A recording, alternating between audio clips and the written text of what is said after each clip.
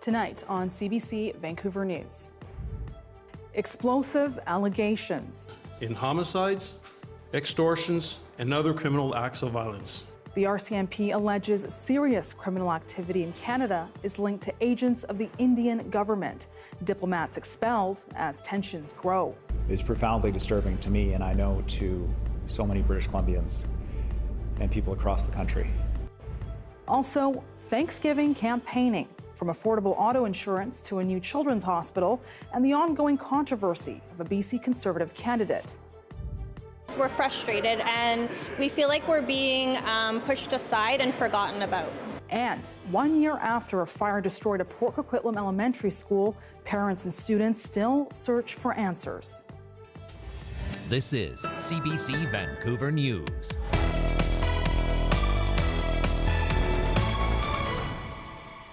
Good evening and thanks for joining us. I'm Baneet Braich and happy Thanksgiving. Well, we begin with stunning allegations from the RCMP towards the Indian government, accusing its agents of playing a role in widespread violence, including homicides on Canadian soil.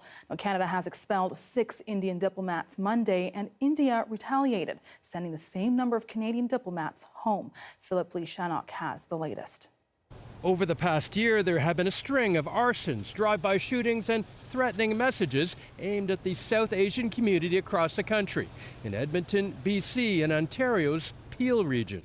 Now the Royal Canadian Mounted Police reveal that they've had to warn more than a dozen people here in Canada that they were being targeted by the government of India. When there is a credible imminent threat to an individual's life or there's a threat of serious bodily harm, it is the police's duty to inform those individuals. In a rare move, the RCMP released some of its multi-jurisdictional ongoing investigation into alleged attempts to intimidate people living here. It says at times Indian diplomats would use known criminal enterprises in a campaign of intimidation. One organized crime group in particular, which is the Bishnoi group, and we believe that that group is connected to agents of the government of India. Trudeau says he's asking India to cooperate with the investigations into the allegations, which he says have shocked Canadians.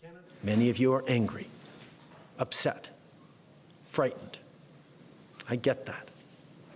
This shouldn't happen. This security expert says India has no interest in seeing Canada's evidence. We sent our second highest officer of the RCMP to talk with the Indian, and they refused to talk to him. In contrast, he says Indian officials will meet with the U.S. State Department this week in Washington, D.C. over similar allegations.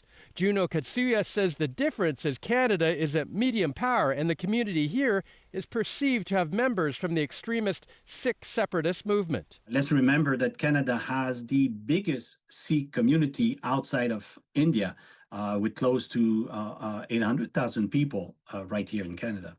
This former national security advisor says the Sikh separatist threat is an excuse India has used before. For decades, they have been accusing us of not taking seriously their allegations that people in Canada have been promoting separatism in India, despite the fact that virtually everybody on the planet thinks that the threat of separatism in India has basically gone away. And he expects the latest developments will mean a chill in relations between Canada and India for some time to come. Philip Lee Shannock, CBC News, Toronto. Here in BC, NDP leader David Eby says the new allegations are deeply disturbing. He says British Columbians have shared concerns about extortion and threats, and the priority is to keep people safe. British Columbia will continue to ensure that our police have all of the resources they need to get to the bottom of this and hold those involved accountable. What I can assure the Sikh community, what I can assure everybody in British Columbia and in Canada is that as far as the RCMP are involved, we will make sure that they have all of the resources necessary to protect different communities in our province from foreign interference.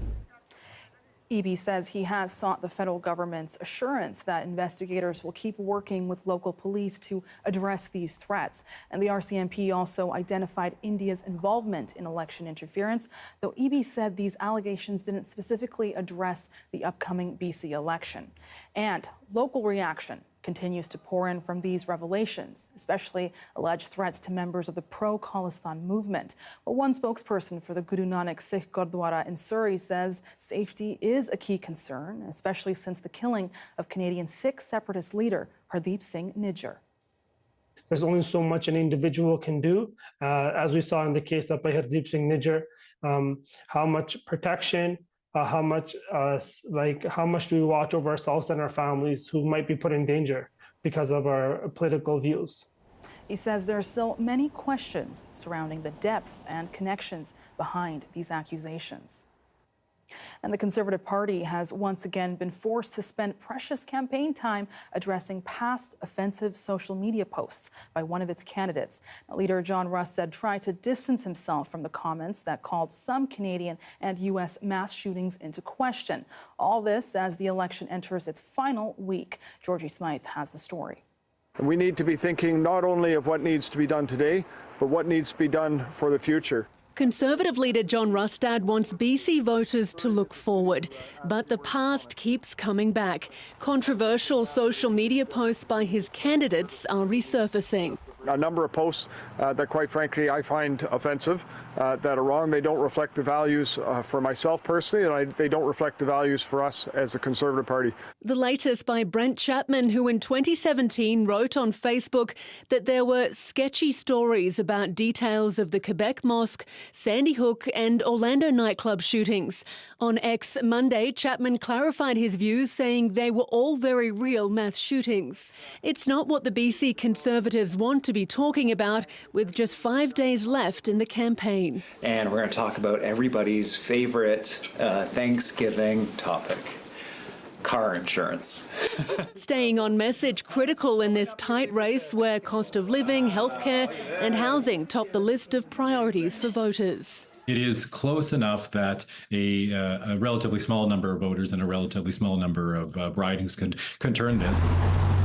John Rustad's party has seized on the total collapse of the centre-right, the former governing party, the BC Liberals. Last year it rebranded as BC United, then suddenly in August, still weak in the polls, it folded, with its leader throwing support to the BC Conservatives. In the last election, the Conservatives won just 2% of the vote. This weekend they could form government. It does signal that we are in for a different kind of political conversation going forward, no matter who wins. Despite their meteoric rise, momentum for the Conservatives has slowed. The absence of a fully costed platform has left them vulnerable to attacks. The party says that will come Tuesday, just 4 days before Election Day. Georgie Smythe, CBC News, Vancouver. Was your top election issue housing, affordability, crime and safety? Well, some people feel that more attention should be paid to BC's famed forests, the flora and fauna, and our climate future. Now, in 2020, the province vowed to change the way trees were logged and biodiversity protected. And as Chad Poston reports, those close to the issue say delivering on that promise is more important than ever. Yeah, that's probably squared. Across Vancouver Island this election campaign, forestry workers, conservationists, and community members have been gathering to watch a documentary that they say brings together all sides of the issue of forestry in BC, with their hopes it will foster dialogue over what its future is. We destroy it all. I don't think there's any going back. You know, I've done a lot of clear cutting and all old growth, and it's just not, it's not the way that, you know, it can be done. All the conversations about not making it to this political fight and trying to bring everyone together, because like if loggers want their kids to be loggers, then we need to have forests for them to log, and we need to build things out of wood. I think it is the election issue, the environment. You know, a great environment is taking care of the people. Forestry in BC is a major economic driver, but at times also has been a source of conflict between communities or First Nations who rely on it and those who want old forests left intact, their biodiversity needed to defend against climate change. The province recognizes a balance is needed and since 2020 has had a roadmap to find it. A new future for old forests lays out 14 actions for a paradigm shift over how old-growth trees are logged, how biodiversity is protected, First Nations are included, and the economies of communities are safeguarded. Advocates pushing the government to make the changes say despite some progress, it's been slow. This is a critical time, an important election, and we hope that voters in BC will reflect about the web of life, the forests in BC, the rights of Indigenous peoples. All of these things are connected. BC is nearly 950,000 square kilometers in size. Nearly 60% of it's publicly managed forest. About 2,000 square kilometers is harvested each year. Old growth forests make up around 22% of that. The industry employs 56,000 people and provides nearly $2 billion in government revenue. But there's concern that current practices aren't sustainable, that old forests need more preservation to offset climate change and extreme weather events like droughts, wildfires, and floods. The pressure BC's forests are facing has resulted in conflict in places like Fairy Creek, but also in resource-based communities where forest jobs have been in freefall. BC's political parties are making promises. The BC NDP says it's on the right path, but will also bolster the industry with a forest value fund to create wood manufacturing facilities, sustainability through relationships with First Nations, and it will fully review the way timber is assessed for cutting on Crown land. The BC Conservatives are promising a sector overhaul to stop the free fall of mill closures by better defining harvesting areas, changing how much the province charges for trees to be harvested on Crown land, and allowing wood fiber for power generation. The BC Green Party promises to make conservation, ecosystem health, and biodiversity a top priority for forestry. It would stop clear-cut industrial logging in favor of more eco-friendly practices. The Greens would also put more money into protecting old forests and compensate First Nations for lost revenues. But yeah, come in this way so you can see here. I just want to point out this old dead tree is from the time before they logged this 100 years ago. So that could have been growing maybe 500 years ago. Out in forests like those around Cumberland, voters are mulling their options while ecologists try to raise awareness of the long-term gains of managing forests differently. Why wouldn't we want to help them to help us? By restoring these ecosystems, it's still going to cost us less than the billions and trillions we're going to try and outbuild climate change. The longer and older we let these ecosystems go, they're going to keep on helping us and storing carbon. There is hope in places like the Comox Valley that collaboration between all sides of this issue will provide the path forward for forestry in BC. People pushing for that outcome say it must be demanded from politicians seeking votes in this election. Chad Pawson, CBC News, Cumberland. 1 year after Hazel Trembeth Elementary School was destroyed by fire in Port Coquitlam, parents and students are still waiting to return to their home school. But in honor of Thanksgiving, the school community is giving thanks to those who tried to save it. Isaac Fanate reports. Parents and students are gathering at the Broadway Fire Hall in Port Coquitlam to thank firefighters for trying to save Hazel Trembeth Elementary 1 year ago. I felt really sad when the school burnt down because I had lots of memories there. Obi Akana is in grade 3. Every morning, a bus takes her from the site of Hazel Trembeth to a temporary school set up outside the city, about 20 minutes away. It's been really sad, and I don't really like it there. It's not what I thought it would be. Coquitlam RCMP have called the fire suspicious. Parents say they haven't heard any more about the investigation. Police declined to provide an update. Meanwhile, the community still has no idea what's next for their school. We're frustrated and we feel like we're being pushed aside and forgotten about. The school has a much smaller library and currently isn't offering the students a music program. Plus, Comey says the commute to the temporary school has been tough for her and her 2 children. We really miss that, face-to-face with the teachers and the staff. There's been a big disconnect. And of course, there's some challenges on the buses as well. And students just miss being back in their community. She says it's not clear when the students might return to their home school. The provincial government says it's in caretaker mode for the election and will not provide comment.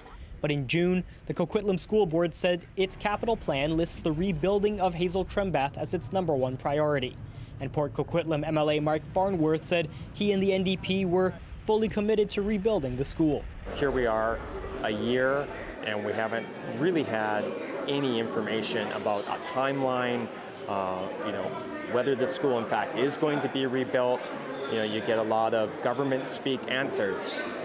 We're reviewing, there's a process. Well, that's simply not good enough. West is calling on the province to speed up its process and urgently rebuild Hazel Trembath Elementary. We are not going to stop until that school gets rebuilt. Isaac Panay, CBC News, Vancouver.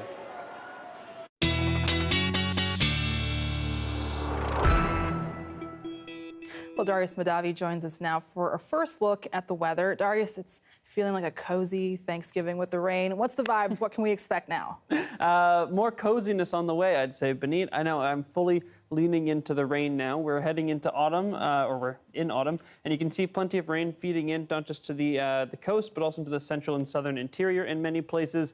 And definitely, I would say, as we continue to see the next few days, we're going to see some more of that moisture. Now, we're drying out tonight. Tonight, maybe just some more showers popping up in parts of the Lower Mainland and the South Island, but generally tomorrow seems pretty dry, just a bit of cloud. As we get into Wednesday, though, we're going to see another wave of precipitation start to work its way down the coast. So another day to, grab your fuzzy socks, grab your hot chocolate, because the vibes are cozy. Well, I'll take that. That sounds fun. Thank you. Thank you.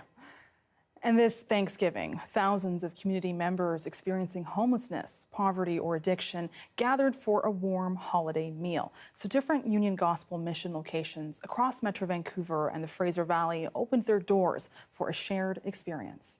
It's a perfect place to come and give somebody some companionship.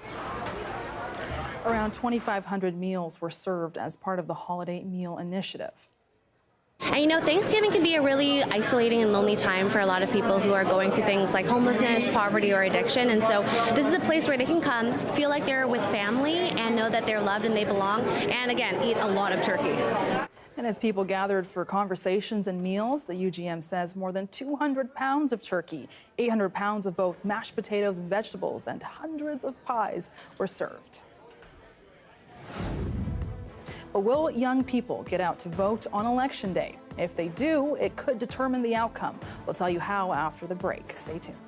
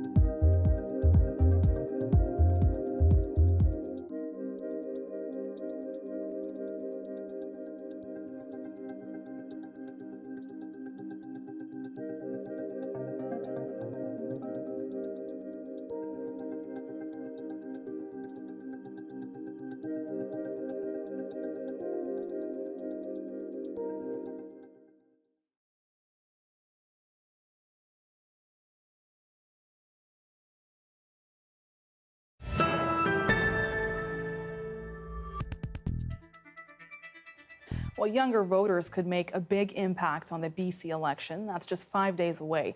But their strength in numbers will only count if they fill out a ballot. Yvette Brend has more on what may drive them to have their say. Less than a week from Election Day and the biggest voting bloc, young people have the potential to turn BC politics on its head. The leaders are taking notice. People are thinking about leaving this province.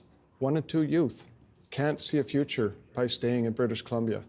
Conservative leader John Rustad appealing to the frustration among young people, and his message resonated with some. It's like that stat that Rustad mentioned, like 1 of 2 youth is like thinking of getting the hell out of here. Is that you? Because, yeah, I'd say it's a thought that's come to my mind. So definitely it's like, why would you work in a place where you can make this much and the cost is this much? Youth are a tricky one. There's rare elections, even around the world, where youth have transformed and made an election different than what it could have been. Rising costs, especially related to housing, are a major factor, says this pollster. It's affordability. They can't afford to pay the rent. So, you know, the 28-year-olds are living in their parents' basements because they can't afford a place. Their wages don't support that. And while young people have historically voted more progressively, he says in this tight race, more than a third of people aged 18 to 35 are leaning to the right. There just seems to be a movement afoot across the country and in BC towards the right. And that trend's been entrenched for a couple of years now. Many feel failed by current leaders.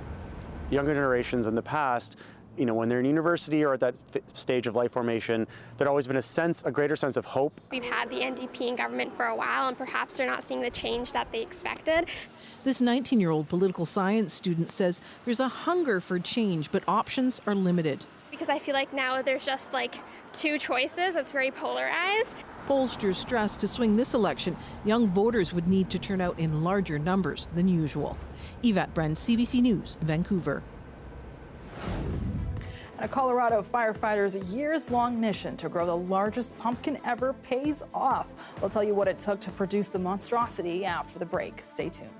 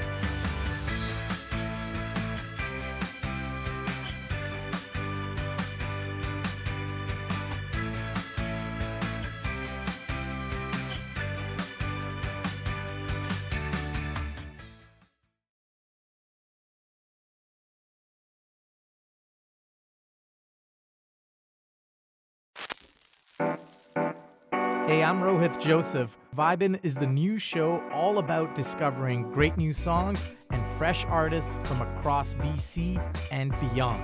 Stream Vibin' on CBC Listen.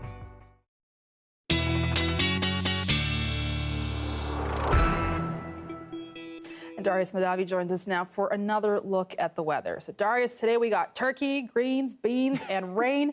Will it stay? You've got the gravy, Baneet. Right. And yes, we've got some a little bit of sun tomorrow, but a lot of cloud, and then some more rain on the way for the end of this week. Maybe with some sunny breaks in there as well. Now, if we take a look here, you can see that next wave of precipitation coming up for the coast. Eventually, throughout the day on Wednesday, Tuesday, making its way down the island, probably late through the day Tuesday, and then making it on Wednesday, overnight Tuesday into Wednesday, here to the lower mainland and as well as the South Island. Then as we get into late this week, Wednesday looks pretty dry in many places. A few showers linger, popping up in a few spots. But after that, we see some snow up in the northwest. And then this big system rolls in for Friday and into the weekend. So I'd expect a good 36 hours of a fairly consistent rainfall across much of the south coast as we get into Friday and Saturday. But a lot of that, I think, will fall overnight Thursday into Friday, and then overnight Friday into Saturday. So maybe not seeing too much of that during the day.